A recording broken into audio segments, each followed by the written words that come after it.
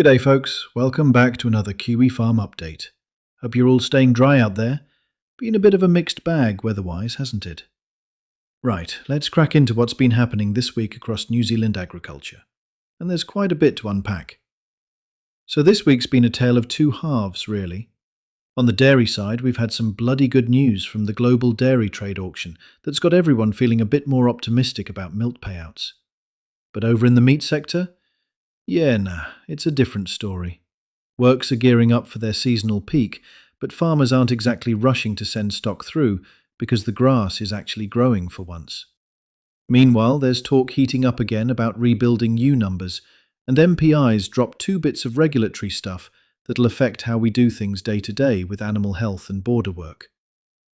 Let's start with the dairy news, because honestly, it's the bright spot of the week. At the latest GDT auction, the price index jumped 6.7%. And get this, that's the biggest single rise we've seen since March 2021. Pretty much everything went up across the board. Most products gained somewhere between 5 and 10%, and some items like skim milk powder and mozzarella were showing double-digit increases. Now, for Kiwi dairy farmers, this isn't just some number on a screen. It's directly feeding into Farmgate milk price expectations. When you get 3 auctions in a row trending upward like this, it gives you a solid foundation for planning your autumn spending, your feed budgets, and your animal health work. The practical upshot? When prices are holding steady or climbing, you're not stuck in that end-of-season panic mode where you're cutting corners on everything just to save a few bucks. What happens next really depends on the next round of GDT results and how global demand handles the volumes coming onto the market.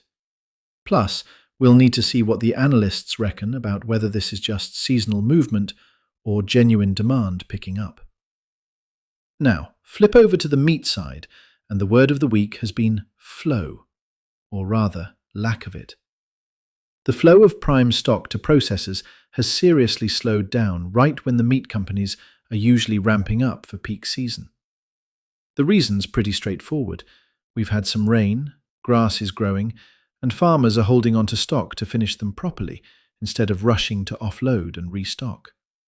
Fair enough, really, but this creates a bit of a headache for the processors because they've got staff rostered on, shifts ready to go, and the volumes just aren't coming through. For farms, there's 2 sides to this coin. On the plus side, you get a chance to improve condition and pack on a bit more weight. On the downside, there's logistics risk.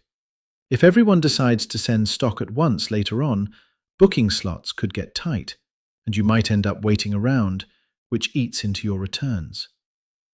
What happens next is all about weather and pasture condition. If the grass keeps growing, farmers will hold on a bit longer. But if pasture starts to struggle or cash flow gets tight, that flow will speed right up, and the works will be flat out trying to handle it all. Third thing to talk about is sheep, and specifically the question everyone's asking.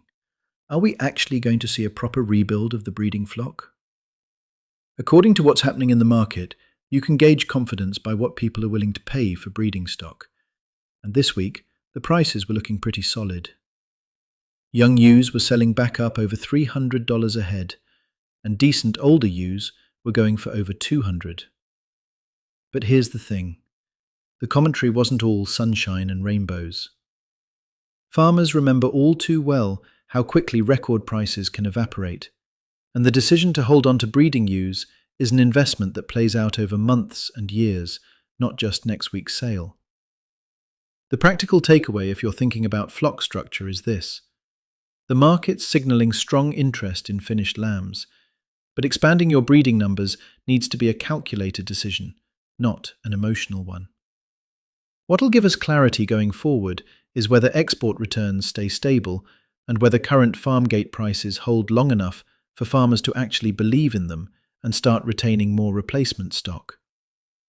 Fourth item is about vet medicines and biosecurity. I know, not exactly riveting stuff, but this is the kind of thing that bites you during compliance checks. MPI, through New Zealand Food Safety, has opened consultation on updating the guidance document for labelling veterinary medicines. This covers what information needs to be on the labels of vet products registered under the ACVM Act. The consultation opened on the 18th of December 2025, and submissions close on the 15th of February 2026 at 5 p.m. The draft updates include new and clarified sections, including stuff about website references and social media, even QR codes, plus various product categories and standard label statements. For farms and vet services, this could affect how products move through the system and how suppliers change their packaging and instructions. If you're buying in bulk, keeping detailed treatment records and managing withholding periods properly, it's worth keeping an eye on these updates so you don't get blindsided by sudden changes to labeling requirements. What's next is waiting for the consultation to close and the final version of the guidance to be published. Fifth thing is about money and regulation, but again, it touches animal health directly. MPIs put out proposed changes to cost recovery settings for 2026, and there are bits in there affecting veterinary work related to imports and handling live animals at the border. The document specifically proposes clarifying and expanding the application of veterinary charges for import-related work. There's a rate mentioned of $216.84 per hour, and tidying up how after-hours charges are calculated with a clearer, more detailed fee schedule.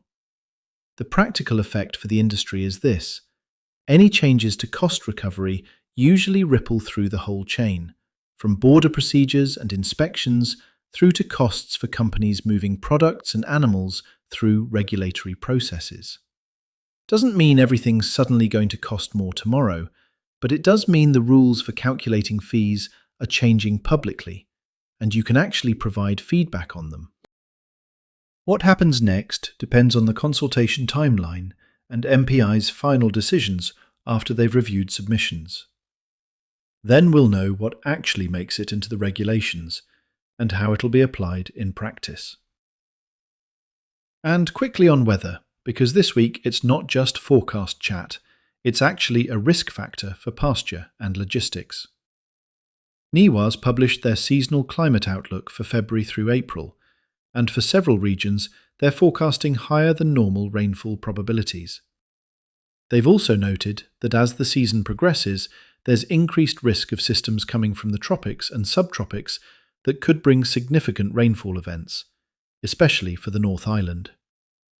For livestock farmers, this is mainly about two things: pasture and access to paddocks and roads. Extra water can be brilliant for grass growth, but it's a bloody nightmare for moving stock around, getting machinery on paddocks, and anywhere you don't want to be bogged down.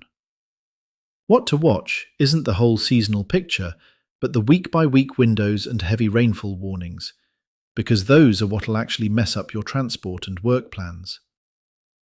Alright folks, so here's the week in a nutshell. Dairy got a solid market boost upward. Meat processing is dealing with flow headaches. There's cautious optimism creeping back into the sheep sector, and MPI's put out a couple of regulatory documents worth paying attention to, because these are the rules that end up in your daily operations. Right, that's your lot for this week. If you found this useful, chuck us a like and hit that subscribe button. Helps us keep bringing you the relevant farming news without the nonsense. Stay safe out there. Keep an eye on those weather forecasts. And here's hoping you all have a smooth week on the farm. Cheers!